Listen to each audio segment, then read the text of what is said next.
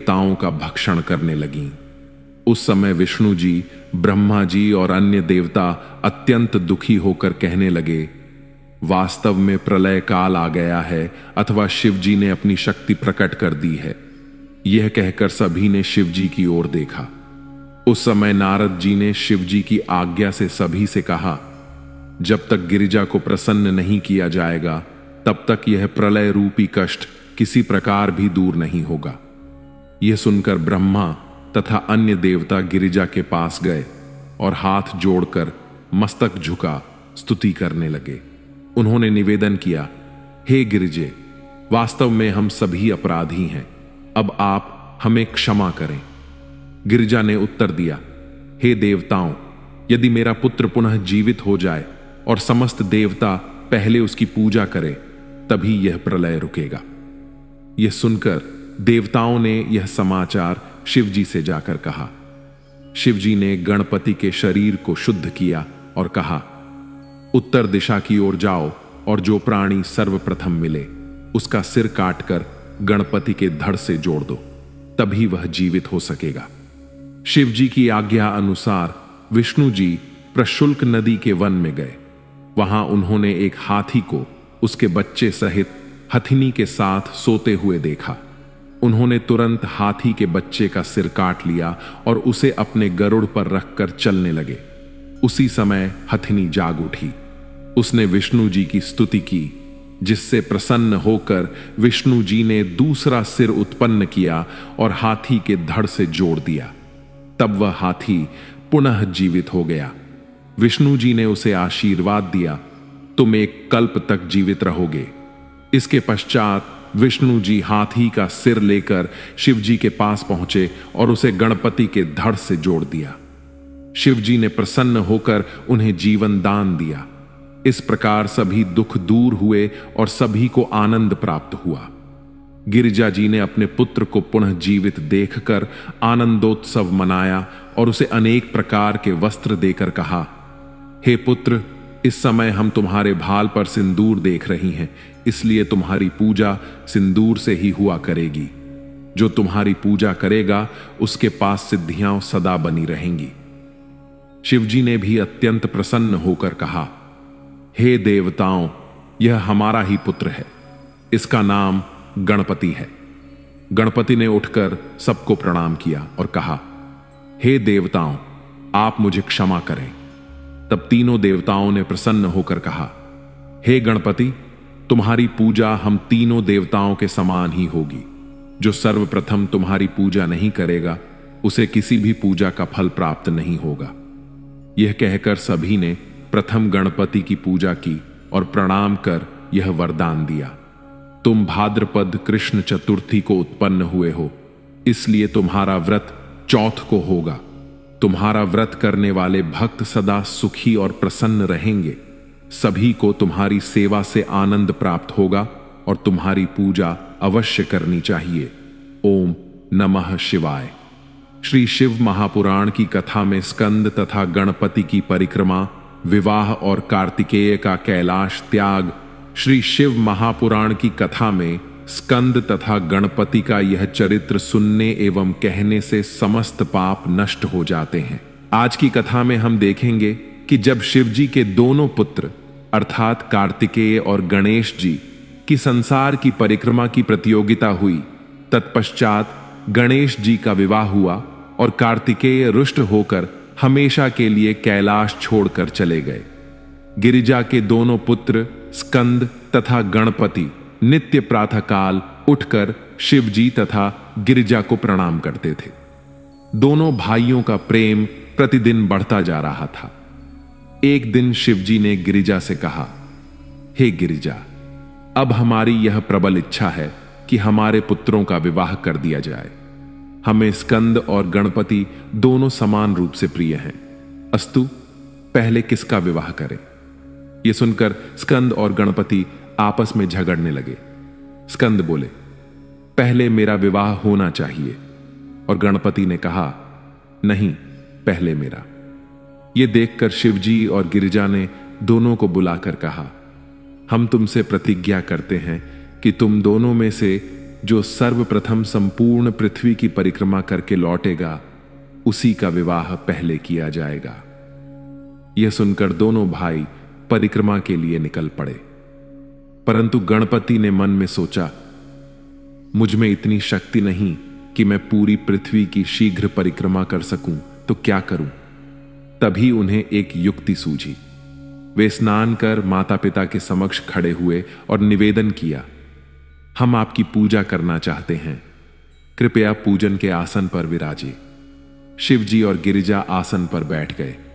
तब गणपति ने उनकी परिक्रमा की और यथाविधि पूजा की। माता पिता ने कहा, हे गणपति, स्कंद तो संसार की परिक्रमा के लिए जा चुके हैं, अब तुम भी जाओ। गणपति ने विनय पूर्वक कहा, हे माता पिता, क्या मैंने पृथ्वी की परिक्रमा नहीं की? आप धर्म मूर्ति होकर ऐसा क्यों कहते हैं? शिव और गिरिजा ने आश्चर्य से पूछा, हे गणपति, तुम संसार की परिक्रमा कब कराए? गणपति ने उत्तर दिया, आप दोनों को वेद त्रिभुवन का रूप मानते हैं। मैंने आपकी परिक्रमा कर ली, अर्थात तीनों लोकों की भी कर ली। वेदों में लिखा है, जो मनुष्य माता या पिता की परिक्रमा करता है, उसे संसार भर की परिक्रमा का फल प्राप्त होता है। पुत्र के लिए माता पिता के चरण ही सबसे बड़े तीर्थ हैं। अब या तो आप वेद के मार्ग को त्याग दें, अन्यथा मेरा विवाह करें। गणेश के ऐसे चातुर्यपूर्ण वचन सुनकर शिव एवं गिरिजा अत्यंत चिंतित हो गए और साथ ही उनकी चतुराई देखकर प्रसन्न भी हुए। उन्होंने कहा, हे गणेश, तुमको शुभ मति प्राप्त हुई है, इसलिए तुमने ऐसे धर्मयुक्त वचन कहे। तुम्हारा यह कथन वेद पुराण एवं शास्त्रों के अनुसार सत्य और प्रामाणिक माना जाएगा, अतः हम तुम्हारा विवाह पहले करेंगे। तब शिवजी की आज्ञा जानकर विश्वरूप ने अपनी 2 पुत्रियाओं सिद्धि और रिद्धि गणपति से विवाह के लिए समर्पित की। ऐसी सुंदर, तत्पर एवं गुणवान पत्नियां पाकर गणपति अत्यंत प्रसन्न हुए। कुछ समय पश्चात गणपति से 2 पुत्र उत्पन्न हुए, सिद्धि से क्षेम और रिद्धि से लाभ। समस्त संसार में उनके समान कोई पंडित या कलाकार नहीं हुआ। इसी समय स्कंद संपूर्ण पृथ्वी की परिक्रमा पूरी करके लौट आए। तब नारद ने स्कंद को भड़काते हुए कहा, हे स्कंद, तुम्हारे माता पिता ने तुम्हें बहकाकर तुम्हारे पीछे गणपति का विवाह कर दिया। गणपति के 2 पुत्र भी हो गए। मेरे मत में यह अनुचित है। जो माता पिता अपने ही पुत्र को धोखा दें, विष दें या उसका अधिकार छीन लें, उस पुत्र को फिर ऐसे माता पिता का मुंह नहीं देखना चाहिए। इस प्रकार की बातों से नारद का तेज क्षीण हो गया। स्कंद अपने माता पिता के पास गए। स्तुति के पश्चात वे अत्यंत दुखी होकर क्रौंच पर्वत पर चले गए। यद्यपि माता पिता ने उन्हें रोकने का बहुत प्रयास किया, पर स्कंद नहीं माने। शिवजी के चरित्र अत्यंत आश्चर्यजनक हैं, जिन्हें कोई जान नहीं पाता। जब से स्कंद क्रौंच पर्वत पर स्थित हुए, वहां की दशा ही बदल गई। वह पर्वत यश में वृद्धि करने वाला, पापों को नष्ट करने वाला तथा अत्यंत आनंददायक बन गया। स्कंद जी आज भी वहीं वास करते हैं। उनके दर्शन से समस्त पाप नष्ट हो जाते हैं। प्रत्येक पूर्णिमा को समस्त देवता एवं मुनि वहां जाकर स्कंद जी के दर्शन कर कृतार्थ होते हैं। जो कोई उस दिन मल्लिकार्जुन के दर्शन करता है, उसके सभी पाप नष्ट हो जाते हैं। यद्यपि शिव एवं गिरिजा ने कई बार क्रौंच पर्वत जाकर स्कंद को मनाने का प्रयास किया, पर स्कंद वहां से लौटकर नहीं आए, बल्कि उन्होंने शिवजी के आने का समाचार सुनते ही वहां से 3 योजन दूर जाकर वास करना आरंभ कर दिया। शिवजी आज भी प्रत्येक पूर्णिमा को वहां जाते हैं। स्कंद तथा गणपति का यह चरित्र सुनने एवं कहने से समस्त पाप नष्ट हो जाते हैं। मल्लिकार्जुन स्थान का यश वेद गाते हैं। गणपति के इस चरित्र को जो कोई सुनेगा, वह संसार में आनंद प्राप्त करेगा और अंत में शिवधाम को प्राप्त करेगा। ओम नमः शिवाय। जब स्कंद जी ने तारकासुर का वध कर देवताओं को आनंद प्रदान किया, उस समय तारका की पत्नी कमाली और उनके पुत्र कमलाक्ष, तारकाक्ष तथा विद्युन्माली कठिन तपस्या में प्रवृत्त हो गए। वे तीनों ब्रह्मा जी का ध्यान करते हुए पहले एक पांव पर खड़े होकर तप करने लगे, फिर 100 वर्षों तक केवल जल पीकर तपस्या की। उसके बाद 1 सहस्र वर्ष तक वे अंगूठे के बल पर खड़े रहे। उनकी कठोर तपस्या से प्रसन्न होकर ब्रह्मा जी उनके समक्ष प्रकट हुए और बोले, हे तारक के पुत्रों, मैं तुम्हारे तप से अत्यंत प्रसन्न हूं। अपनी इच्छा अनुसार वर मांगो। तब तीनों दैत्यों ने कहा, हे ब्राह्मण, यदि आप प्रसन्न हैं तो हमें यह वर दीजिए कि हम किसी के भी हाथ से न मारे जाएं। ब्रह्मा जी ने कहा, तुम मुझसे ऐसा वर मत मांगो, इसके अतिरिक्त अपनी इच्छा अनुसार कोई और वर मांगो। यह सुनकर तीनों दैत्य पुत्रों ने विचार कर कहा, यदि आपकी यही इच्छा है तो इसी स्थान पर एक नगर की स्थापना हो जहां आपकी मूर्ति स्थित हो। इसके अतिरिक्त हम तीनों के लिए अलग अलग नगर बने जो एक दूसरे से 1-1 सहस्त्र कोस की दूरी पर हों। वे नगर हर प्रकार से समान हों और जो कोई उन तीनों नगरों को एक ही बाण से नष्ट कर सके वही हमारा वध कर सके।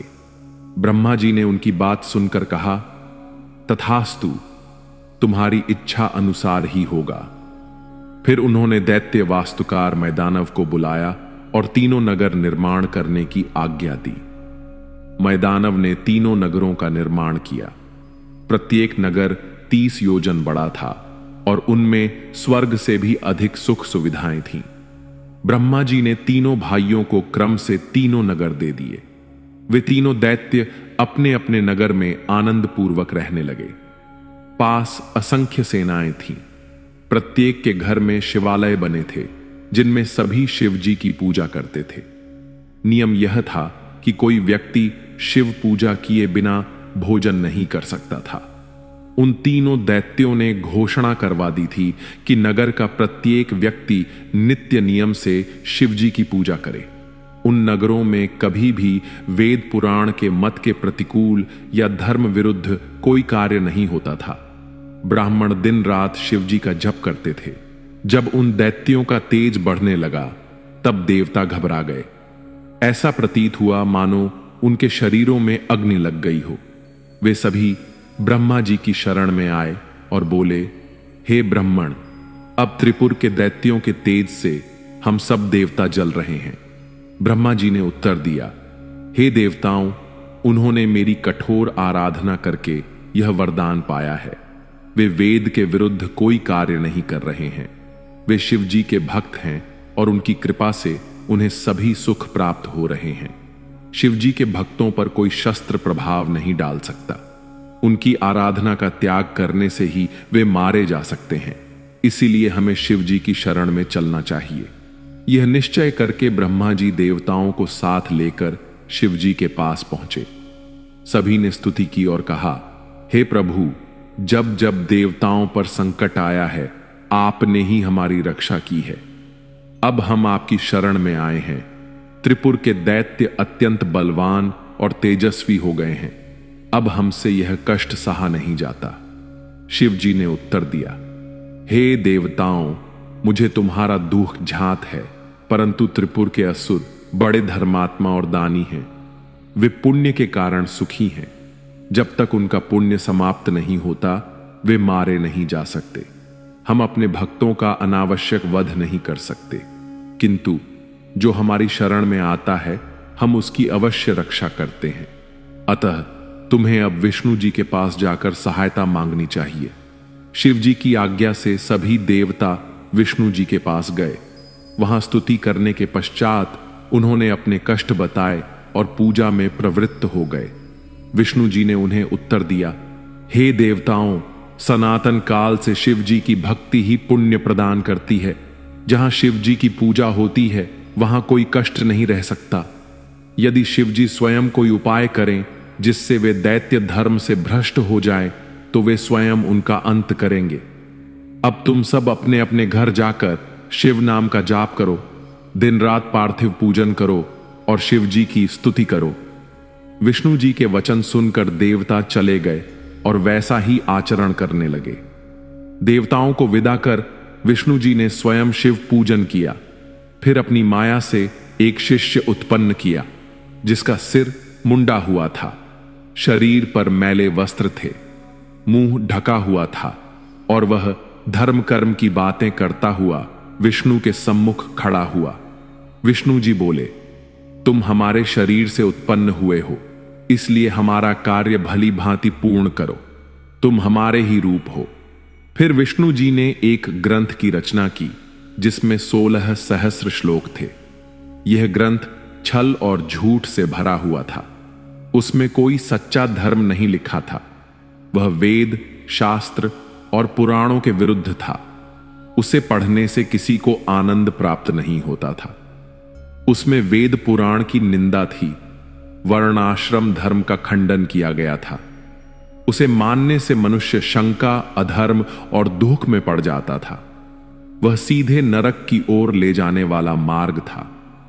विष्णु जी ने वह ग्रंथ अपने शिष्य को देकर कहा, तुम त्रिपुर में जाकर सबको यह ग्रंथ पढ़ाओ। वहां के निवासी वेद पुराणानुसार चलते हैं। उन्हें इस मत का उपदेश दो जिससे वे धर्म से भ्रष्ट हो जाएं और शिव पूजन छोड़ दें। फिर शिव जी स्वयं उनका वध कर देंगे। तुम अपने शिष्यों सहित मरुस्थल में रहो जब तक कलयुग आरंभ न हो जाए। फिर तुम इस मत को प्रसिद्ध करना। तुम्हारा पद उच्च बना रहेगा। मेरा एक नाम अर्हण है, उसका स्मरण करते रहना। फिर तुम्हें कोई भय नहीं होगा। विष्णु जी की आज्ञा पाकर मुंडी अपने शिष्यों सहित त्रिपुर पहुंचा। वहां उसने अनेक चमत्कार दिखाए और धीरे धीरे बहुत से लोगों को अपना शिष्य बना लिया। ऐसा कोई नहीं बचा जो मुंडी के पास जाकर बिना शिष्य बने अपने पुराने धर्म और विश्वास को लेकर घर लौटा हो। यहां तक कि नारद मुनि भी शिव जी की लीला से प्रेरित होकर मुंडी के शिष्य बन गए, क्योंकि उसी से देवताओं का कार्य सिद्ध होता प्रतीत हो रहा था। नारद ने त्रिपुरासुर के पास जाकर मुंडी की अत्यधिक प्रशंसा की। इससे त्रिपुरासुर भी मुंडी के प्रभाव में आ गए और उसके शिष्य बन गए। मुंडी ने त्रिपुरासुर से यह वचन ले लिया कि उसकी आज्ञा को कभी भी अस्वीकार नहीं किया जाएगा। जब यह वचन प्राप्त हो गया तब मुंडी ने अपने मुख से वस्त्र हटाकर त्रिपुरासुर को दीक्षा दी और उसे एक विशेष मंत्र प्रदान किया। उसने त्रिपुरासुर को यह उपदेश दिया, समय आने पर सब कुछ अपने आप होता है। ब्रह्मा से लेकर घास तक सभी प्राणी मृत्यु के अधीन हैं। जीव ही ईश्वर है जो इस शरीर में विद्यमान है। ब्रह्मा, विष्णु और महेश ये सब भी अमर नहीं हैं। ये भी मृत्यु को प्राप्त होते हैं। इसलिए त्रिपुर, जान लो कि हम सभी समान हैं। जाति पाति, ऊंच नीच केवल भ्रम है। वेद और शास्त्र झूठे हैं। सभी धर्मों में श्रेष्ठ धर्म है अहिंसा। किसी को दुख पहुंचाना सबसे बड़ा पाप है। दानों में 4 श्रेष्ठ दान हैं। रोगी को औषधि, भयभीत को अभय, भूखे को अन्न और विद्यार्थी को विद्या। स्वर्ग और नरक इसी जीवन में है। जहां आनंद है वहीं स्वर्ग है और जहां दुख है वहीं नरक। वेदों की प्रवृत्ति और निवृत्ति मार्ग का अर्थ है किसी को दुख देना अधर्म है और दया करना धर्म है। यज्ञ में पशु हिंसा कर स्वर्ग पाने की कामना सबसे बड़ी मूर्खता है। त्रिपुरासुर को यह उपदेश अत्यंत प्रिय लगा और उसने वेद विरुद्ध नास्तिक मत को स्वीकार कर लिया। इस प्रकार त्रिपुर नगर में धर्म का पतन हो गया। लक्ष्मी जी उन लोगों से रुष्ट हो गईं और नगर में चारों ओर दरिद्रता फैल गई। त्रिपुरासुर और उसके भाइयों ने शिव जी की पूजा का त्याग कर दिया, जिससे वहां भारी उपद्रव उत्पन्न हो गया। यह देख देवता अत्यंत व्याकुल हुए और ब्रह्मा जी को साथ लेकर फिर से शिव जी की शरण में पहुंचे। उन्होंने स्तुति करते हुए कहा, हे प्रभु, त्रिपुरासुर और उसके अनुयायी अब धर्म से विमुख हो गए हैं, पापों में लिप्त हो चुके हैं और आपके पूजन को त्याग चुके हैं। कृपया अब उनका संहार करें। शिव जी ने उत्तर दिया, हे देवताओं, अब तुम चिंता मत करो, शीघ्र ही मैं तुम्हारे कष्टों का नाश करूंगा। यह कहकर शिव जी अंतर्धान हो गए। उसी समय गणों के राजा नंदी अपने अनेक गणों के साथ वहां आए। देवताओं ने उन्हें देखकर शुभ समझा और कहा, हे नंदी, कोई ऐसा उपाय करो जिससे त्रिपुरासुर के 3 नगर एकत्र होकर एक में मिल जाएं। नंदी ने उत्तर दिया, शिवजी ने आज्ञा दी है कि तुरंत एक दिव्य रथ का निर्माण हो। सारथी, धनुष, बाण सभी तैयार करो। निश्चित रूप से शिवजी त्रिपुर का नाश करेंगे। नंदी यह कहकर अपने स्थान लौट गए। अब सभी देवता अत्यंत प्रसन्न हो गए। विष्णु तथा ब्रह्मा जी ने विश्वकर्मा से विनय पूर्वक कहा, हे विश्वकर्मा, आप शिवजी के लिए रथ बनाइए और धनुष तथा बाण भी तैयार कीजिए। विश्वकर्मा ने शिवजी का ध्यान किया और रथ निर्माण की युक्ति समझ गए। उन्होंने ऐसा रथ बनाया जिसका विस्तार मानो संपूर्ण सृष्टि के बराबर था। रथ का स्वरूप इस प्रकार था, सूर्य उसका दाहिना चक्र, चंद्रमा बायां चक्र, रथुएं, पर्वत, तिथियां, वर्ष आदि उसके खंड बने, चारों वेद उसके घोड़े बने, व्यास आदि आर्षि उन घोड़ों के सारथी बने, धर्म, कर्म, पुराण, न्याय शास्त्र रथ के मुख, आश्रम, वर्ण रथ के अंग, गंगा, यमुना आदि नदियां, चारों समुद्र रथ के चारों ओर, लोकालोक पर्वत उसकी सीढ़ियां, प्रणव, एयूएम चाबुक बना, हिमालय धनुष, विष्णु बाण बने। ब्रह्मा से लेकर सभी देवता उस रथ में विद्यमान हुए। इस प्रकार दिव्य रथ पूर्ण हो गया और उसे शिवजी के द्वार पर लाकर खड़ा किया गया। शिवजी बाहर आए और सभी देवताओं ने निवेदन किया, हे प्रभु, अब रथ पर आरूढ़ होइए और त्रिपुर का नाश करके तीनों लोकों को आनंद दीजिए। शिवजी ने पहले गणपति का पूजन किया, फिर रथ पर चढ़कर पृथ्वी और आकाश को कंपा देने वाले तेज के साथ चल पड़े। चारों ओर जय जयकार होने लगी। शिवजी अपनी सेना सहित देवताओं को आनंदित करते हुए प्रस्थान कर गए। उनके इस दिव्य एवं आश्चर्यजनक रूप से त्रिपुरासुर एकत्र हुए। तब शिवजी ने उचित समय जानकर अपने धनुष में विष्णुपति नामक अस्त्र रखा और अपने तेज को उसी अस्त्र में स्थापित कर दिया। धनुष और बाण दोनों तेजस्वी हो गए और समस्त सृष्टि में प्रकाश फैल गया। तब शिवजी ने उस समय मन में यह विचार किया कि मैं तीनों पुरों को जला दूं। उस समय विलंब हुआ जानकर विष्णु जी, ब्रह्मा जी तथा इंद्र ने उनकी बहुत प्रकार से विनती की। तब देवताओं ने कहा, हे शिव जी, अब आप त्रिपुर को नष्ट करने में विलंब मत कीजिए। आपके इस देश से तीनों लोक चले जाते हैं। यह सुनकर शिव जी प्रसन्न हो उठे और तुरंत वही अस्त्र त्रिपुर को लक्ष्य करके छोड़ दिया। उस अस्त्र के छोड़ने से भीषण शब्द हुआ। ऐसा प्रतीत होता था जैसे प्रलय काल के बादल गरज रहे हों। उस अस्त्र में से निकली हुई अग्नि से तीनों लोक जलने लगे। धरती कांपने लगी, पर्वत जल उठे, नदियों का जल सूख गया।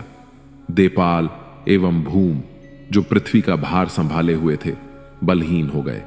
बाण के पहुंचते ही वे तीनों पुर जलकर भस्म हो गए। तत्पश्चात वह बाण उन सबको जलाकर शिवजी के पास लौट आया। इस प्रकार बाण के उस भीषण प्रहार से त्रिपुर में कोई प्राणी जीवित न रहा। सब दैत्य शिवजी के हाथ से मरकर मुक्ति पा गए। वे सभी शिवजी के गण हो गए, क्योंकि उनमें भक्ति का बीज शेष था और भक्ति का बीज कभी नष्ट नहीं होता। उस समय शिवजी का स्वरूप ऐसा भयानक था कि जिसे देखकर प्रतीत होता था कि प्रलय होने में अब कोई देर नहीं है। ब्रह्मा जी तथा विष्णु जी उस महातेज के कारण शिवजी को अच्छी प्रकार देख नहीं सके। उन्होंने दूर से ही उनकी स्तुति की। सबसे पहले विष्णु जी ने शिवजी की स्तुति की तथा कहा, हे शिवजी, अब आप क्रोध को शांत करें। फिर ब्रह्मा जी ने भी उनकी स्तुति की। इसके पश्चात लोकपाल, देवता, सिद्ध, नाग, मुनि तथा वेदों ने अपनी अपनी स्तुति को युक्ति के अनुसार काव्य रूप में गाया। तब ऐसी अनेक प्रकार की स्तुतियां सुनकर शिवजी प्रसन्न हुए। इस प्रकार सबने शिवजी को प्रसन्न पाकर उनकी सेवा करनी प्रारंभ की। शिवजी अपने भक्तों की पुकार को कभी अनसुना नहीं करते और जो भी उनकी शरण में जाता है उसकी सब प्रकार से रक्षा करते हैं। ओम नमः शिवाय। प्रत्येक मनुष्य असंख्य जन्मों तक ब्रह्मा जी की पूजा करके विष्णु जी की भक्ति प्राप्त करता है। फिर बहुत जन्मों तक विष्णु जी की उपासना करने के पश्चात शिव जी की प्रीति उत्पन्न होती है। एक समय इंद्र एवं समस्त देवताओं ने शिव जी के दर्शन के लिए एक सभा की। उसमें 11 रुद्र, 12 सूर्य, 8 वसु, 13 विश्वदेव, 49 पवन, समस्त पाल तथा उपदेव आदि उपस्थित थे। ऐसे समाज को अपने साथ लेकर इंद्र बड़े उत्सव के साथ रजोगुण धारण किए हुए शिव जी के दर्शनार्थ चले। उन्हें संसार में केवल शिव जी के दर्शन से ही यश प्राप्त करना स्वीकार था। उस समय शिव जी ने अपनी लीला द्वारा अपना भयंकर रूप बनाया तथा अवधूतों के समान होकर वे इंद्र के नगर में प्रकट हुए। उन्हें देखकर इंद्र ने पूछा, तुम कौन हो? ऐसा प्रतीत होता है कि जैसे तुम शिव जी के सेवकों में से कोई हो।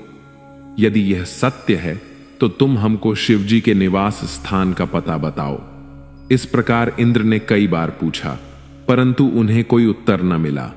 यह देखकर इंद्र बहुत क्रोधित हुए तथा शिव जी को धमकाते हुए बोले, अरे बहरा तो नहीं है जो उत्तर नहीं देता, अब मैं तुझे वज्र मारकर नष्ट कर दूंगा।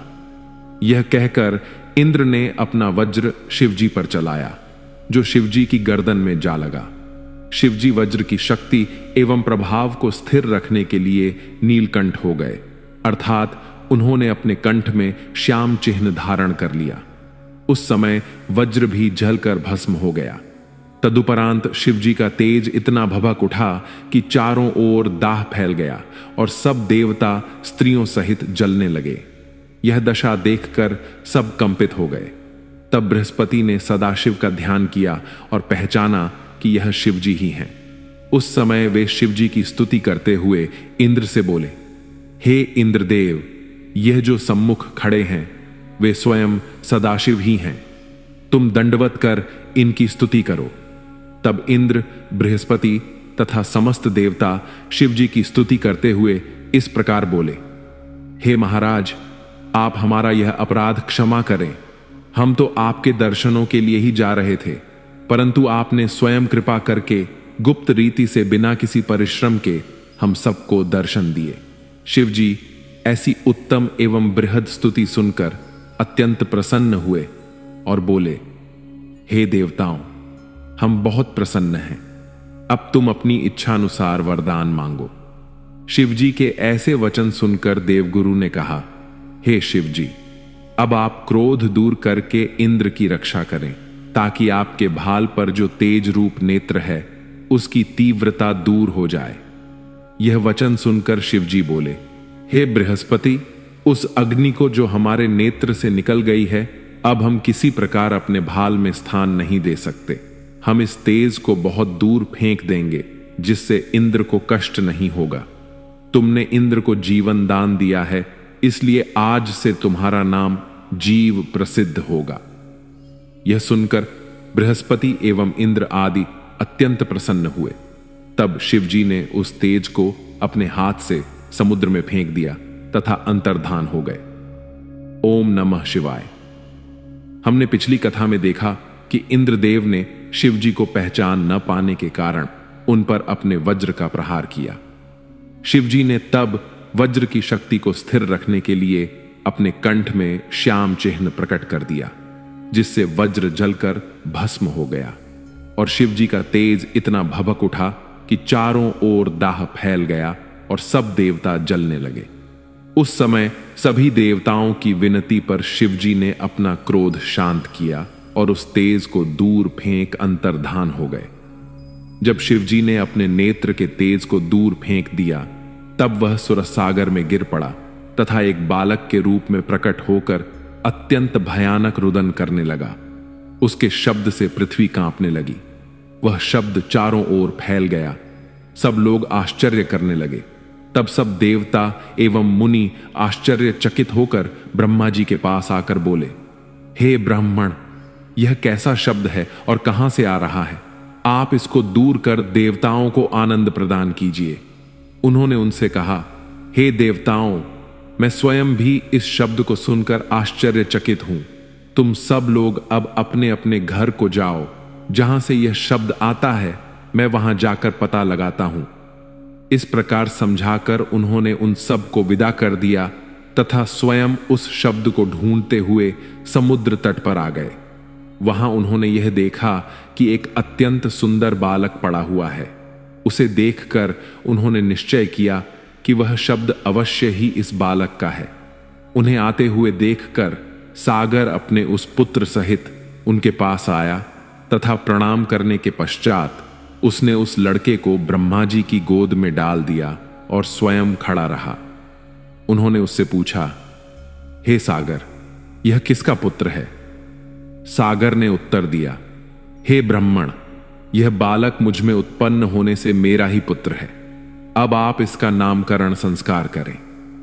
उन दोनों में परस्पर यह वार्ता हो ही रही थी कि उस लड़के ने ब्रह्मा जी की दाढ़ी पकड़कर इस प्रकार खींची कि उनकी आंखों से आंसू निकल पड़े। तब उन्होंने समुद्र से कहा, हे समुद्र, तेरा यह पुत्र अत्यंत बलशाली है और यह तेरे यश को समस्त संसार में फैलाएगा। इसने मेरी दाढ़ी को इतनी जोर से पकड़ा है कि मेरी आंखों से आंसू बहने लगे हैं, इसलिए इसका नाम जलंधर होगा। अब यह जहां से उत्पन्न हुआ है वहीं चला जाए। यह कहकर उन्होंने शुक्राचार्य को बुलाया तथा एक बड़े उत्सव का आयोजन किया। फिर उसका राज्याभिषेक किया गया और ब्राह्मणों को बहुत दान दिया गया। जालंधरी नगरी उसकी राजधानी बनी। उस समय समुद्र ने बड़ी धूमधाम से उत्सव की सभी विधियां पूर्ण की। इसके पश्चात ब्रह्मा जी ने जलंधर से कहा, हे जलंधर, तुम्हारे कुल के गुरु शुक्राचार्य होंगे। इतना कहकर ब्रह्मा जी वहां से अंतर्धान हो गए। तब जलंधर ने जालंधरी नगरी को बसाकर वहीं निवास करना आरंभ किया। समुद्र उसे देखकर बहुत प्रसन्न था। अस्तु, उसने दैत्यों के राजा कालनेमी को बुलाकर अपने पुत्र की शक्ति का वर्णन किया। कालनेमी यह सुनकर कुल सहित अत्यंत प्रसन्न हुआ तथा उसने अपनी पुत्री का विवाह जलंधर के साथ करने की इच्छा की। तदुपरांत शुक्राचार्य की सम्मति से दोनों का विवाह बड़ी धूमधाम से संपन्न हुआ। जलंधर वैसे तो स्वयं ही बहुत बलवान था। उस पर शुक्राचार्य की सहायता मिलने से उसने सब लोगों को जीतकर अपने अधीन कर लिया। उसने अपनी प्रजा का भली भांति पालन किया। जो दैत्य पाताल लोक में भाग गए थे वे सब भी जलंधर की आज्ञा पाकर निर्भय होकर उसके समीप आ पहुंचे। जलंधर ऐसा राजा हुआ कि उसके राज्य में कभी कोई पाप नहीं होता था। तीनों लोकों में कभी किसी ने उसकी आज्ञा का उल्लंघन नहीं किया। उसने सब लोगों से उनके वर्ण के अनुसार धर्म कर्म करवाया, जिससे कोई भी कुमार्ग पर अग्रसर न हो सका। इस प्रकार उसका प्रताप एवं तेज तीनों लोकों में फैल गया। एक बार जलंधर अपनी सभा में बैठा हुआ था। सब वीर दैत्यों के अधिपति तथा समस्त देवता आदि उसके चारों ओर अपने अपने स्थान पर बैठे थे। इतने में बिना शीश का राहु उस सभा में उपस्थित हुआ। उसे देखकर जलंधर ने शुक्राचार्य से अत्यंत आश्चर्य के साथ पूछा, हे गुरु, इसका सिर किसने काटा है? शुक्र बोले, हे जलंधर, इसके विषय में मैं तुम्हें एक पुरातन कथा सुनाता हूं। जब देवताओं और दैत्यों ने मिलकर समुद्र मंथन किया था, तब समुद्र से सब रत्न निकाल लिए गए। विष्णु जी ने कौशल से उत्तम उत्तम रत्न देवताओं को दिए तथा वारुणी मद्य दैत्यों को दी और अमृत देवताओं को पिला दिया। उस समय राहु भी देवताओं के साथ बैठा था। उसने छल से अमृत पी लिया। विष्णु जी ने यह देखकर अपने चक्र से उसका सिर काट डाला। इसके पश्चात उस स्थान पर देवताओं और दैत्यों में भयानक युद्ध हुआ, जिसमें करोड़ों दैत्य मारे गए। जो शेष बचे वे पाताल में भाग गए। तभी से सभी दैत्य भयभीत होकर पाताल में रहते थे। परंतु अब जब से आपका अवतार हुआ है और आप राजा बने हैं, तब से दैत्यों को पाताल से प्रकट होने का अवसर प्राप्त हुआ है। जलंधर यह सुनकर कि उसके पिता समुद्र को देवताओं तथा दैत्यों ने मिलकर मत्था था, अत्यंत क्रोधित हो गया। वह अग्नि के समान प्रज्वलित हो उठा, नेत्र लाल हो गए और दांतों से अपने होंठ चबाने लगा। फिर उसने इंद्र से युद्ध करने का निश्चय किया और अपने दूत घम्मर को इंद्र के पास भेजा। जलंधर की आज्ञा पाकर घम्मर वहां से चलकर इंद्र की सभा में जा पहुंचा। वहां उसने अहंकार पूर्वक इंद्र के सम्मुख अपना मस्तक नहीं झुकाया और इस प्रकार कहने लगा, हे इंद्र, समुद्र के पुत्र जलंधर ने तुमको यह संदेश भेजा है कि तुमने समुद्र से जो रत्न निकाल लिए हैं वे सब हमें सौंप दो तो सब ठीक हो जाएगा। क्योंकि दिन का भूला यदि रात को लौट आए तो वह भूला नहीं कहलाता। अतः तुम शीघ्र ही हमारी शरण में आओ, अन्यथा परिणाम भुगतने के लिए तैयार रहो। यह संदेश सुनकर इंद्र जलंधर को अत्यंत बलवान एवं पराक्रमी समझकर मन में भयभीत हुए, परंतु ऊपर से क्रोधित होकर बोले, हे दूत, तुम हमारी ओर से जलंधर को यह उत्तर देना कि पहले किसी समय पर्वतों ने हमारे लोक में उड़कर उत्पात मचाया था, तब हमने उनके पंख काट दिए थे। जो शेष बचे वे समुद्र में छिप गए थे।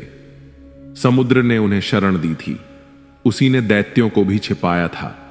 इसी अपराध के कारण हमने समुद्र का मंथन किया और उसके रत्न निकाल लिए।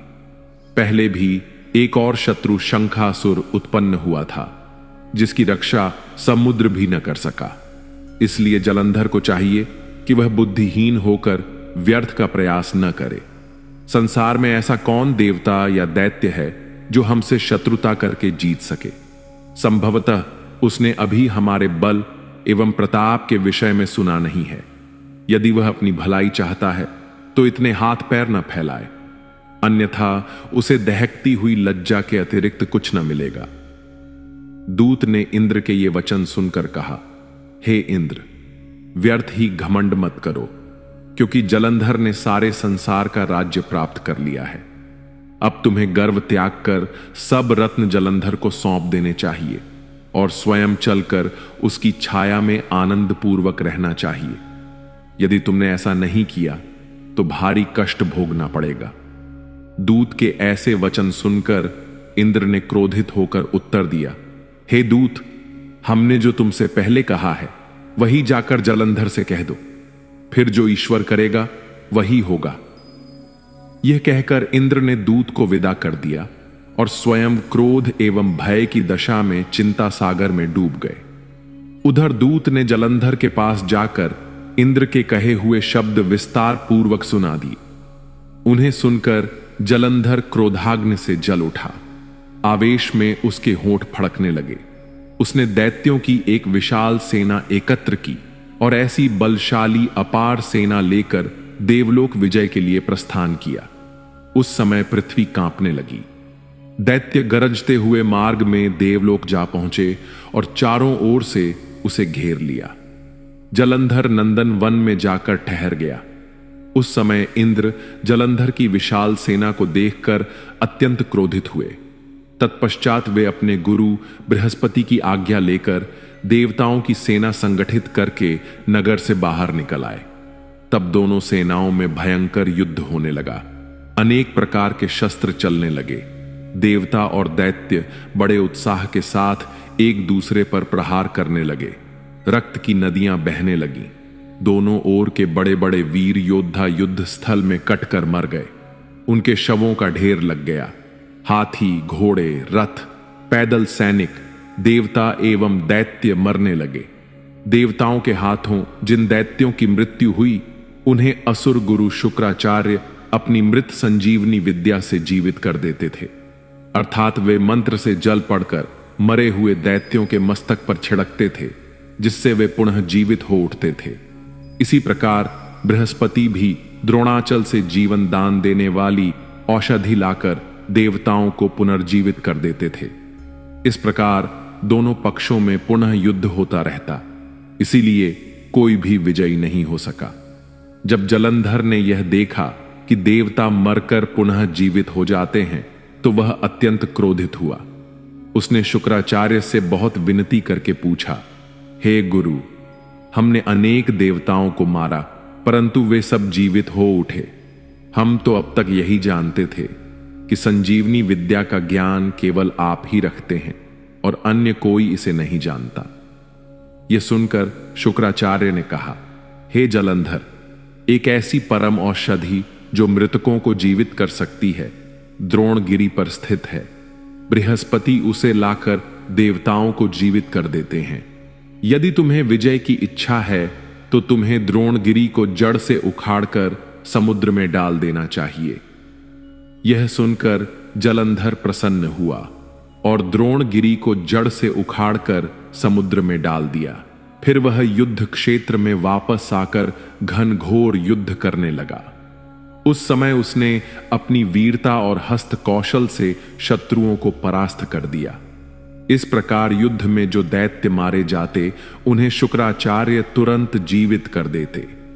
परंतु बृहस्पति जब देवताओं को मरा हुआ देखकर पुनः द्रोणगिरी से औषधि लेने गए तो उन्होंने पर्वत को ही न पाया। यह देखकर बृहस्पति अत्यंत चिंतित हो गए और समझ गए कि जलंधर ने उस पर्वत को नष्ट कर दिया है। तब वे देवताओं से बोले, हे देवताओं, अब तुम युद्ध करना बंद कर दो। जलंधर महापराक्रमी है।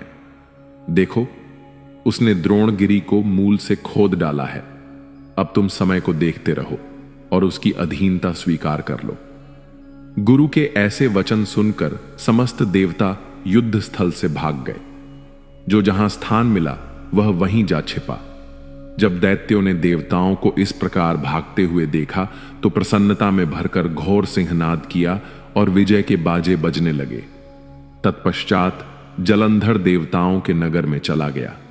यह देखकर इंद्र और अन्य बड़े देवता सिमटकर एक कुंतल में जा छिपे, परंतु वहां भी उनका भय दूर न हुआ। इस प्रकार जलंधर ने देवताओं को अपने वश में किया और आनंद पूर्वक राज्य करने लगा। जिस स्थान पर कभी देवताओं की राजधानी थी वहां अब दैत्यों की राजधानी बनाई। जलंधर ने चंद्र, अग्नि, यम, कुबेर, सूर्य, पवन आदि समस्त देवताओं के अलग अलग पदों पर दैत्यों की नियुक्ति की।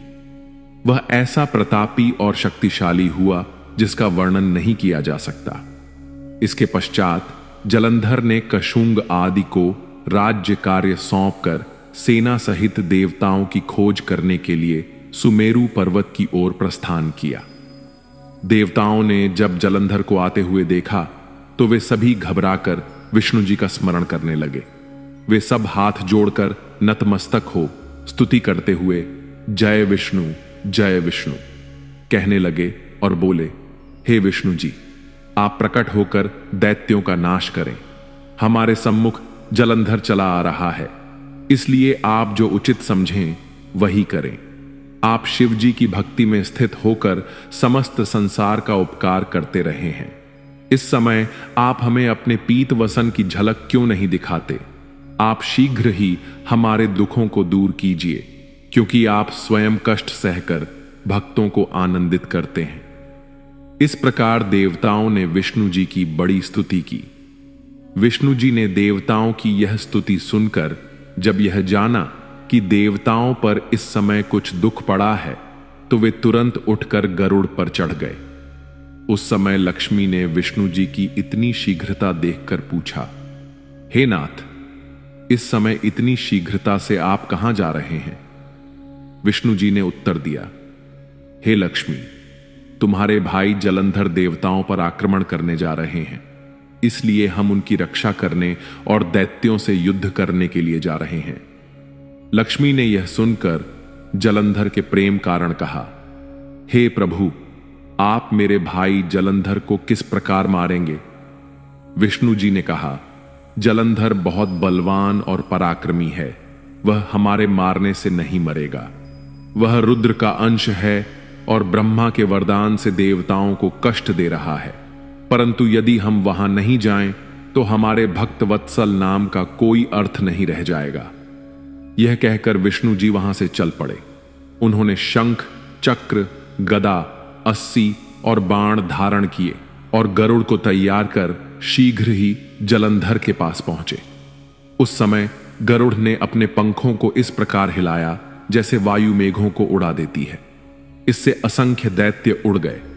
जलंधर ने वायु द्वारा दैत्यों को दोहकी देखकर अत्यंत क्रोध किया और सिंह के समान गरजता हुआ विष्णु जी के पास पहुंचा। अस्तु विष्णु जी और जलंधर के बीच युद्ध आरंभ हो गया। दोनों ओर से असंख्य बाण चले। विष्णु जी ने जलंधर के रथ के घोड़े, छत्र, ध्वजा और धनुष को काटकर शंख ध्वनि की ओर एक बाण जलंधर के हृदय में मारा। यह देखकर जलंधर ने अपनी गदा गरुड़ के सिर पर दे मारी। गरुड़ उस गदा की चोट न सह सका और धरती पर गिर पड़ा। तब विष्णु जी ने निर्भय होकर अपनी अस्सी से उस गदा को काट दिया। यह देखकर जलंधर ने क्रोधित होकर विष्णु जी के हृदय पर अपने पैर से प्रहार किया। अनेक प्रकार के दांव पेंच हुए परंतु कोई भी नहीं हारा। तब विष्णु जी ने बादल के समान गरजते हुए कहा, हे जलंधर, हमने तेरे समान वीर तीनों लोकों में नहीं देखा। तेरे इस पराक्रम से हम अत्यंत प्रसन्न हैं, इसलिए हमसे इच्छानुसार वरदान मांग ले। राजनीति का यही मुख्य तात्पर्य है कि किसी भी युक्ति से अपना मनोरथ पूर्ण किया जाए। अस्तु जलंधर यह सुनकर विष्णु जी से बोला, हे विष्णु, मैं आपसे यही वरदान मांगता हूं कि आप मेरी बहन लक्ष्मी सहित मेरे घर में आकर रहें। इसी प्रकार समस्त देवता भी मेरे अधीन होकर मेरे घर में वास करें। जलंधर का यह वरदान मांगना सुनकर विष्णु जी अत्यंत दुखी हुए, लेकिन उनका कहना मानकर वे लक्ष्मी सहित जलंधर के घर में निवास करने लगे। जलंधर ने तीनों लोकों पर विजय प्राप्त कर ली और देवताओं के स्थान पर दैत्यों को नियुक्त कर दिया। उसने समस्त राजाओं को पराजित कर अपने अधीन कर लिया और संसार के सभी बहुमूल्य रत्न एवं अद्भुत वस्तुओं को अपने अधिकार में ले लिया। फिर उसने सभी दिक्पालों को अपने नगर में आमंत्रित कर प्रजा के समान बसाया। उसने इंद्र से ऐरावत हाथी छीन लिया और उच्चैश्रवा अश्व भी अब उसकी अश्वशाला की शोभा बढ़ाने लगा। इस प्रकार वरुण का छत्र, प्रजापति का रथ, अनल, अग्नि का अंकुश, ये सब प्रमुख वस्तुएं भी जलंधर ने छीनकर अपने अधिकार में कर ली। परंतु इसके बाद उसने दया और धर्मपूर्वक समस्त प्रजा का पालन पुत्रवत किया, जिससे वह दैत्यों में अद्वितीय समझा गया। उसके राज्य में किसी को कोई कष्ट नहीं था। देवताओं को छोड़ अन्य किसी को न भय था न पीड़ा। इसी बीच एक दिन सभी देवता एकत्र होकर शिवजी का स्मरण करने लगे और स्तुति करते हुए बोले, हे शिव शंकर, अब आपकी ही कृपा हमें बचा सकती है। विष्णु जी से हमें बहुत आशा थी, किंतु वे भी लक्ष्मी सहित जलंधर के घर में निवास कर रहे हैं। जब तक हमें आवश्यकता नहीं थी हम आपको कष्ट नहीं देते थे, परंतु अब संकट विकट है। देवताओं की यह करुण पुकार सुनकर शिव जी ने आकाशवाणी से उत्तर दिया, हे देवताओं, चिंता मत करो, हम अवश्य ही तुम्हारी मनोकामना पूर्ण करेंगे। यह सुनकर देवता प्रसन्न हो गए। उसी समय नारद मुनि जलंधर के नगर पहुंचे और उन्होंने विष्णु जी को जलंधर के अधीन देखकर विस्मय प्रकट किया। जलंधर ने नारद की भव्य अगवानी की और उनके स्वागत में कोई कसर नहीं छोड़ी। फिर उसने नारद से उनके आगमन का उद्देश्य पूछा। नारद बोले, हे जलंधर, एक दिन मैं कैलाश गया था, जो सृष्टि का सबसे अद्भुत स्थान है। शिवजी के दर्शन और स्तुति के बाद मैं वहां की समृद्धि देखकर आश्चर्य में पड़ गया। इसीलिए अब मैं तुम्हारे राज्य की समृद्धि देखने आया हूं। जलंधर ने अपनी सारी वस्तुएं दिखाईं और फिर पूछा, हे नारद, अब सत्य बताओ, कहां अधिक वैभव है, मेरे यहां या कैलाश में? नारद मुस्कुराते हुए बोले, हे जलंधर, तुम्हारे पास सब कुछ है, किंतु एक अमूल्य रत्न की कमी है। शिवजी के घर में एक ऐसी स्त्री है जिनकी सुंदरता पर ब्रह्मा तक मोहित हो गए थे। वही एक रत्न है जो तुम्हारे पास नहीं है। यह सुनकर जलंधर की बुद्धि भ्रष्ट हो गई। वह काम के वश में हो गया और उसने राहु को शिवजी के पास संदेश लेकर भेजा। राहु शिवलोक के द्वारों को पार करता हुआ 7वें द्वार तक पहुंचा, जहां नंदी द्वारपाल बने थे। उन्होंने राहु को रोककर शिवजी की अनुमति ली और फिर उसे भीतर ले गए। शिवजी ने भंग का संकेत करते हुए राहु से पूछा, क्या चाहिए तुम्हें? राहु बोला, हे शिवजी, जलंधर ने कहा है कि आप तो योगी हैं, भोग विलास से दूर रहते हैं। आपके पास जो स्त्री है वह संसार की सबसे सुंदर स्त्री है और उसका स्थान किसी भोगी राजा के पास होना चाहिए। अतः आप कृपया उस स्त्री को हमें सौंप दें। यह सुनकर शिवजी अत्यंत क्रोधित हो गए। उन्होंने अपनी भौहों से एक भयानक पुरुष उत्पन्न किया। वज्र के समान शरीर, अग्नि सी आंखें, खड़े हुए बाल और सिंह जैसा गर्जन। वह नृसिंह के समान प्रतीत होता था। उसने तुरंत राहु को पकड़ लिया और खाने को उद्धत हो गया। राहु भयभीत होकर शिवजी से बोला, हे प्रभु, मैं ब्राह्मण हूं, कृपया मेरी रक्षा कीजिए। शिवजी ने राहु को छुड़वा दिया। वह गण शिवजी से बोला, हे प्रभु, मैं अत्यंत भूखा हूं, कृपया भोजन बताइए। शिवजी बोले, यदि तू इतना भूखा है तो अपने अंगों को खा ले। गण ने आज्ञा का पालन करते हुए सिर छोड़कर अपने सभी अंग खा लिए। यह देख शिवजी अत्यंत प्रसन्न हुए और बोले, अब से तुम कीर्तिमुख कहलाओगे और मेरे द्वारपाल रहोगे। जो तुम्हारी पूजा बिना करेगा उसे मैं स्वप्न में भी दर्शन नहीं दूंगा। राहु कीर्तिमुख के हाथ से छूटकर कैलाश पर्वत के एक गड्ढे में गिरा और घायल हो गया। फिर वह किसी तरह जलंधर के पास पहुंचा और संपूर्ण घटना विस्तार से सुनाई।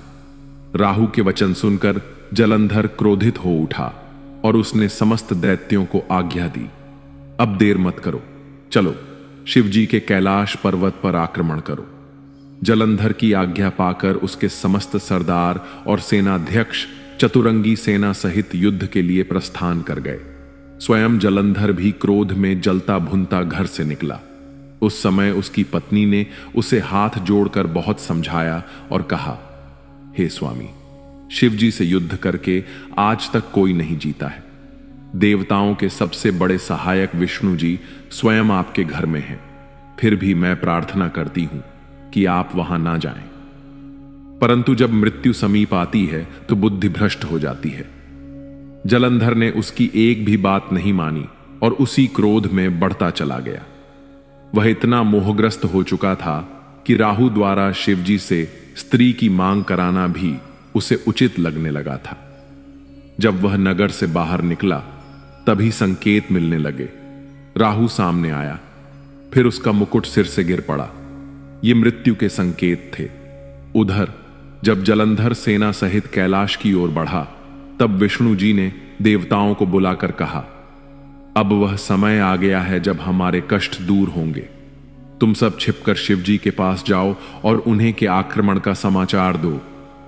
देवता गुप्त रूप से कैलाश पहुंचे और शिवजी की स्तुति कर सारा हाल सुनाया।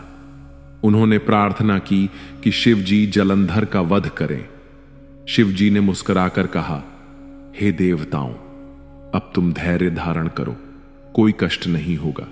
फिर उन्होंने विष्णु जी से पूछा, तुमने जलंधर को क्यों नहीं मारा और वैकुंठ छोड़कर उसके घर में क्यों वास किया? विष्णु जी ने उत्तर दिया, हे प्रभु, जलंधर अत्यंत बलशाली है। उस पर किसी शस्त्र का प्रभाव नहीं होता क्योंकि वह आपका अंश है। मैंने बहुत प्रयास किया किंतु वह नहीं मरा। उसकी मृत्यु केवल आपके हाथों संभव है। यह सुनकर शिव जी बोले, वह मेरा अंश है, इसलिए मैं उस पर त्रिशूल भी नहीं चला सकता। त्रिशूल के अतिरिक्त हमारे अन्य अस्त्रों का उस पर कोई प्रभाव नहीं पड़ेगा। इसलिए एक उपाय है, तुम सब अपना तेज मुझे दो, जिससे मैं एक ऐसा शस्त्र बनाऊं जो जलंधर को भस्म कर सके।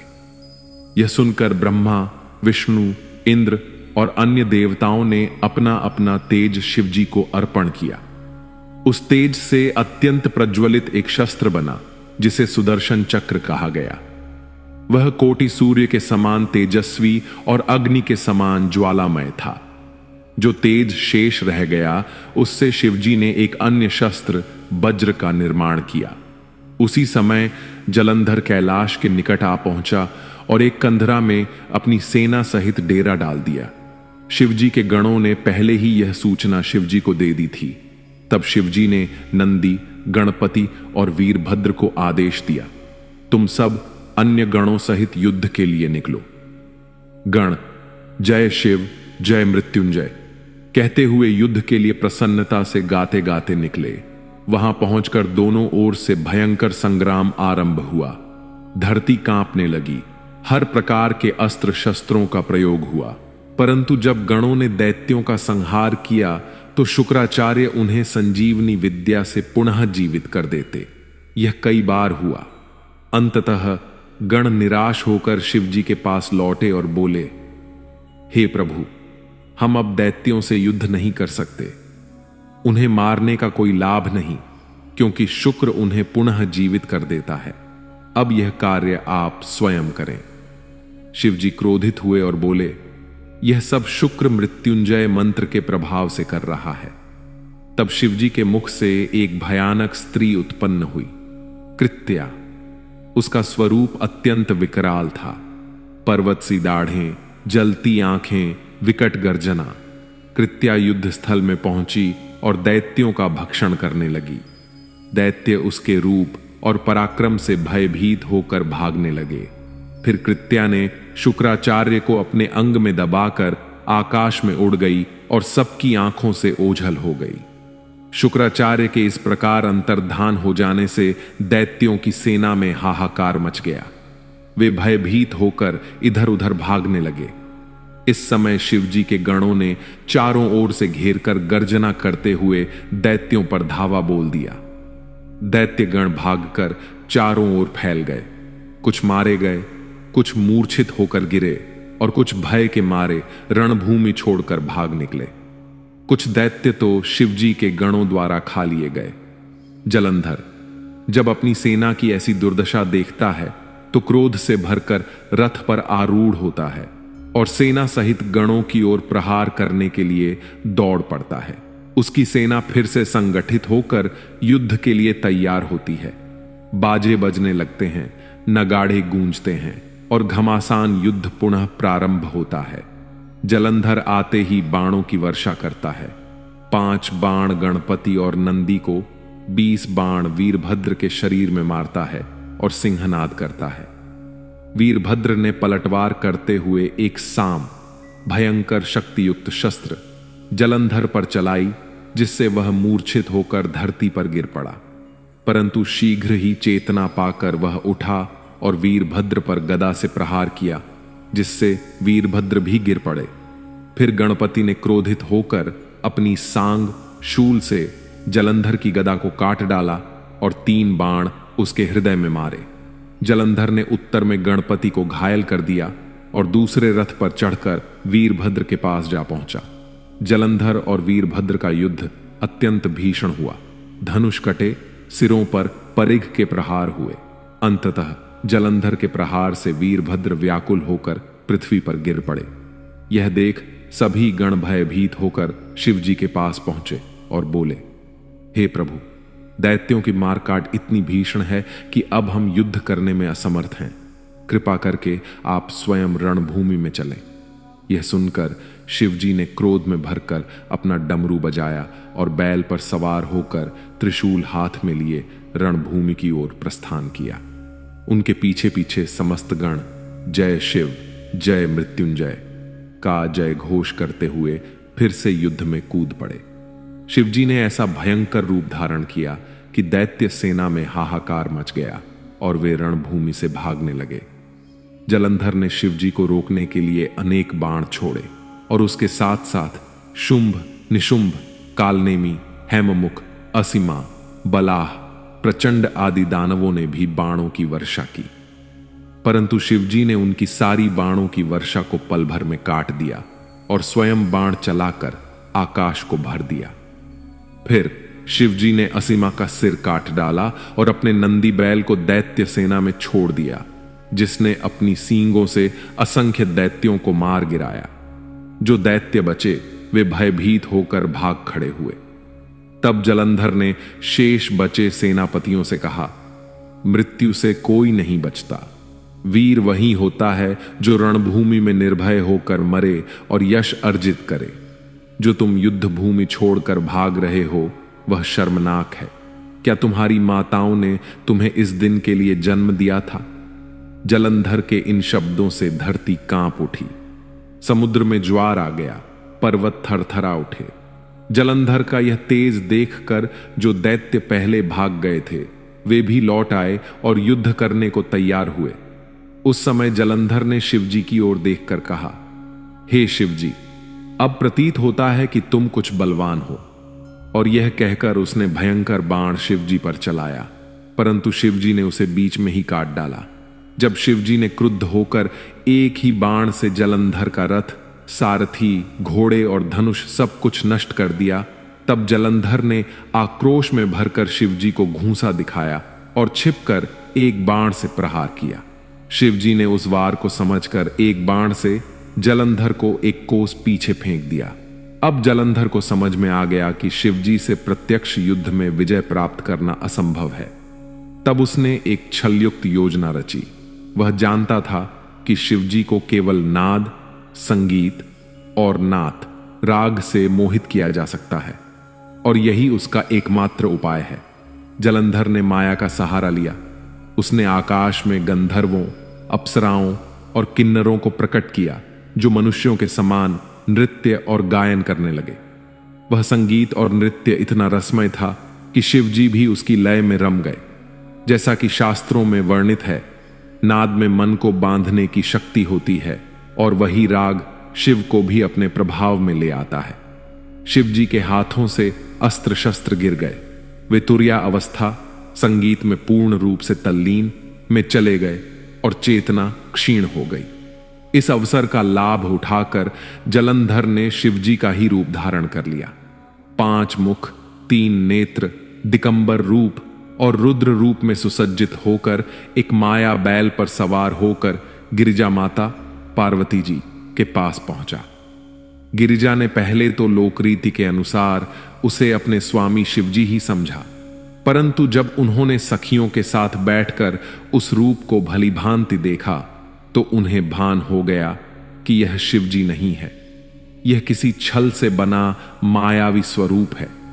जैसे ही उन्हें यह ज्ञान हुआ, उन्होंने तुरंत वहां से अंतर्धान होकर अपनी अंतरात्मा की शुद्धता से माया को भेद दिया।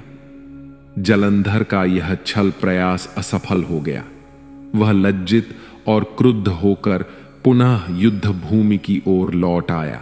उस समय गिरिजा ने विष्णु जी का ध्यान किया, जिससे विष्णु तुरंत प्रकट हुए। गिरिजा ने उनसे जलंधर का संपूर्ण वृत्तांत कहा तथा पतिव्रत धर्म की बहुत प्रशंसा की। वे बोली, हे विष्णु जी, जलंधर की स्त्री बड़ी पतिव्रता है। उसी के धर्म से जलंधर आज तक जीवित बचा हुआ है, क्योंकि पतिव्रता स्त्री विधवा नहीं हो सकती। अतः अब आपको यह उचित है कि आप जलंधरपुरी में जाकर उसकी स्त्री के पतिव्रत धर्म को नष्ट करें। वृंदा, जो जलंधर की स्त्री है, उसके साथ आप छल कीजिए। यह सुनकर विष्णु जी तुरंत जलंधरपुरी को गए। उधर जलंधर ने युद्ध स्थल में लौटकर जब अपनी माया को दूर किया तो शिवजी ने चैतन्य होकर पुनः युद्ध का स्मरण किया। यह सब भी शिवजी की माया थी, क्योंकि संसार में जो शिवजी के भक्त हैं उन पर माया का कोई प्रभाव नहीं होता। तब शिवजी पर उसका क्या प्रभाव हो सकता था? निदान शिवजी अत्यंत क्रोधित होकर जलंधर के ऊपर दौड़े। उस समय जलंधर ने भी बाण वर्षा करके अपने बाणों से शिवजी को छिपा दिया। शिवजी ने भी अपने बाणों से उसके बाणों को काटकर उसे दुखी किया। जो दैत्य शिवजी के हाथों मारे गए वे सब मुक्त हो गए। उन दैत्यों का यह परम सौभाग्य था कि वे शिवजी को सम्मुख देखते हुए अपने प्राण त्याग सके। गिरिजा की आज्ञा पाकर विष्णु जी जलंधरपुरी में पहुंचे और यह सोचने लगे कि मैं किस प्रकार जलंधर की पत्नी वृंदा का पतिव्रत धर्म नष्ट करूं। जब उन्होंने शिव जी का ध्यान किया तो उस ध्यान के कारण ही विष्णु जी को एक उपाय सूझ गया। तब वे तपस्वी का रूप धारण कर एक शिष्य को साथ लेकर वृंदा के उपवन में जा पहुंचे। वृंदा ने उसी रात स्वप्न में देखा था कि उसका पति जलंधर युद्ध में मारा गया है। उसने यह भी देखा कि उसका पति तेल लगाए हुए भैंसे पर सवार, नंगा तथा सिर के अशुभ बाल बनवाए हुए, काले पुष्पों की माला पहने, राक्षसों से घिरा हुआ यमपुरी को चला जा रहा है। जब वह यह स्वप्न देखकर उठी तो उसने सूर्य को उदय होते समय राहुग्रस्त तथा प्रकाशहीन देखा। ऐसे अपशकुन को देखकर वह एकाएक रोने पीटने तथा घबराहट से इधर उधर फिरने लगी। वह अपनी 2 सखियों को साथ लेकर जलंधर के उद्यान को गई, परंतु उसे वहां फल फूल देखकर संतोष न हुआ। तब उसे 2 भयंकर स्वरूप वाले राक्षस दिखाई दिए, जिनसे डरकर वह भागी। आगे जाकर उसने शिष्यों सहित एक तपस्वी को देखा जो मौन साधे हुए बैठा था। वृंदा उसी समय दौड़कर उस तपस्वी के पास गई तथा अपने हाथ उसकी गर्दन में डालकर लिपट गई और बोली, हे तपस्वी, आप मेरी रक्षा करो। उस समय तपस्वी ने अपने दोनों नेत्र खोलकर बड़ा क्रोध किया तथा हुंकार दी, जिससे वे दोनों राक्षस वहां से भाग गए। यह देखकर जलंधर की स्त्री अत्यंत प्रसन्न हुई तथा प्रणाम करके उनके तपोवन की प्रशंसा करने लगी। फिर वह तपस्वी से इस प्रकार बोली, हे प्रभु, आप मेरे पति जो शिव से युद्ध करने के लिए गए हैं, उनका वृत्तांत कहिए। यह सुनकर तपस्वी रूपधारी विष्णु जी ने हंसकर ऊपर की ओर देखा, जिससे तुरंत ही 2 बंदर वहां उपस्थित हुए तथा उन्हें प्रणाम करके बैठ गए। फिर वे दोनों बंदर गुप्त हो गए। तदुपरांत एक क्षण भी नहीं बीता कि दोनों बंदर पुनः पहले की भांति आकर बैठ गए। इस बार उनके हाथ में जलंधर का शीश एवं धड़ था। उन्होंने उसे योगी के सम्मुख रख दिया तथा स्वयं दुखी होकर बैठ गए। उस समय वृंदा ने पति का सिर देखकर व्याकुल हो पृथ्वी पर गिर पड़ी। तब तपस्वी ने जल छिड़क कर वृंदा को सचेत किया। वृंदा पुनः रो रो कर अपने पति का सिर अपने सिर से लगाकर व्यथित होने लगी और बोली, हे नाथ, मैंने तो आपसे शिवजी के साथ युद्ध करने से पहले ही मना किया था, परंतु आपने मेरी बात नहीं मानी। इसी प्रकार वह अनेक बातें कह कह कर रोती रही। फिर तपस्वी से बोली, हे महाराज, आप मुझ पर कृपा करके मेरे पति को जीवित कर दीजिए। मैं आपके प्रभाव को देख चुकी हूं, इसलिए मुझे विश्वास है कि आप इस योग्य हैं कि मेरे पति को जीवित कर सकते हैं। यह सुनकर विष्णु जी ने कहा, हे वृंदा, जो मनुष्य शिवजी की क्रोधाग्नि से मृत्यु को प्राप्त हुआ है, उसे हम जीवित नहीं कर सकते, परंतु तुम्हारे दुख को देखकर हम इसको जीवित करेंगे। यह कहकर उन्होंने सिर को धड़ से जोड़ दिया तथा स्वयं अंतर्धान होकर उस शरीर में प्रवेश कर गए और जलंधर के समान उठकर बैठ गए। तदुपरांत उन्होंने वृंदा को गले लगाया, परंतु वह यह सब कुछ न समझ सकी और उसने बड़ी प्रसन्नता पूर्वक उनके साथ सहवास करके अपना धर्म नष्ट कर दिया। जब वह उत्तम रीति से विहार कर चुकी, तब विष्णु जी ने अपना असली रूप प्रकट कर दिया। उसे देखकर वृंदा ने उन्हें पहचान लिया। तब वह अपने कृत्य पर बहुत दुखी हुई। उसे विष्णु जी के इस छल पर बहुत क्रोध आया। वह बोली, हे विष्णु, तुमने वेद के विरुद्ध मेरे धर्म को नष्ट किया है। तुम मुनीश्वर के समान स्वरूप धारण किए हुए बड़े अधर्मी हो। यह कहकर वृंदा ने विष्णु जी को यह शाप दिया, जो राक्षस तुमने मुझे दिखाए थे, वे दोनों बड़े शक्तिशाली होकर तुम्हारी स्त्री को भगा ले जाएंगे। उस समय तुम दुखी होकर वन वन में फिरोगे और तुम्हें हर प्रकार के कष्ट प्राप्त होंगे, तथा जो बंदर तुमने मुझको दिखाए वही तुम्हारे सहायक होंगे। यह कहकर वृंदा बहुत रोई तथा चिता बनाकर अपने पति के साथ सती होने की इच्छा करने लगी। यद्यपि विष्णु जी ने उसे बहुत समझाया, परंतु उसने पतिव्रत धर्म दृढ़ करके कुछ नहीं माना। तदुपरांत वह शिव गिरिजा का ध्यान धरकर सती हो गई और उसका तेज सबके देखते देखते गिरिजा के शरीर में प्रवेश कर गया। विष्णु जी यह दशा देखकर बारंबार पछताते हुए उसकी सुंदरता के स्मरण में दुखी हुए तथा उसकी चिता की भस्म को अपने शरीर में मल लिया। देवता तथा सिद्ध उनके निकट जा पहुंचे और विष्णु जी को बड़े बड़े इतिहास तथा दृष्टांत सुनाकर समझाने लगे कि आप तो स्वयं हर समय धर्म का पालन करने वाले रहे हैं। अब आप यहां से चलिए तथा अपने वैकुंठ लोक में पधारिए। जो पाप आपसे दुर्भाग्यवश हुआ है वह सब शिव जी की कृपा से नष्ट हो जाएगा। आप किसी प्रकार का दुख मत कीजिए तथा यहां से अपने स्थान को चलिए।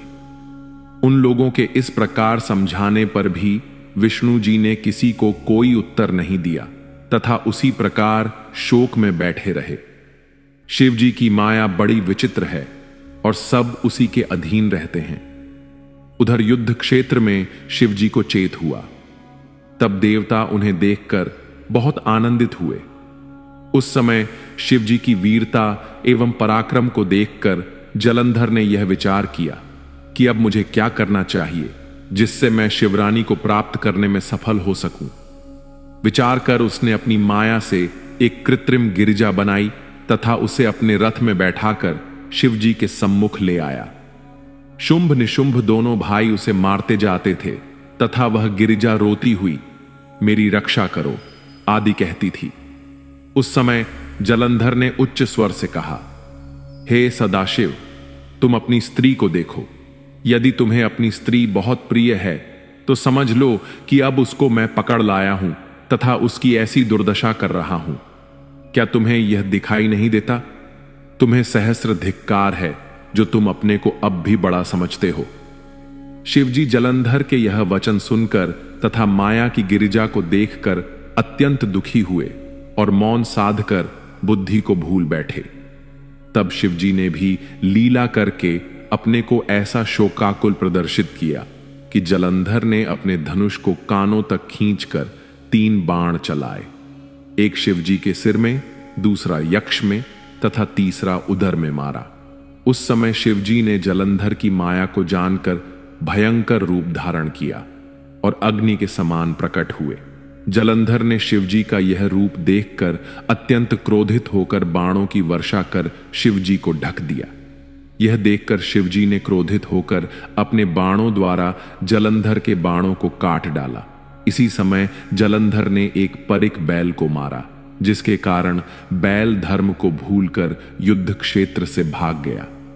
यद्यपि शिवजी ने उसे बहुत रोका, पर वह युद्ध स्थल में न ठहर सका। यह देखकर शिवजी अत्यंत क्रोधित होकर महाभयंकर हो गए। तब उन्होंने करोड़ों सूर्य के समान चमकते हुए सुदर्शन चक्र को अपने हाथ में उठा लिया और उसे जलंधर के ऊपर छोड़ दिया। उस चक्र का तेज 10 दिशाओं में फैल गया। संपूर्ण पृथ्वी एवं आकाश उसके तेज से जलने लगे। चक्र ने जाकर जलंधर का सिर धड़ से अलग कर दिया। उस समय बड़ा भारी शब्द हुआ। पृथ्वी थर थर कांपने लगी तथा पर्वत चलने लगे। जिस समय जलंधर का तेज शिवजी के शरीर में प्रविष्ट हुआ, उस समय चारों ओर से जय जय का नाद हुआ। ओम नमः शिवाय। श्री शिव महापुराण की कथा, गजासुर वध और कृत्यवासेश्वर लिंग की उत्पत्ति आज की श्री शिव महापुराण की कथा में हम गजासुर अर्थात गज से सहार का वृत्तांत जानेंगे। जिस प्रकार शिवजी ने अपने त्रिशूल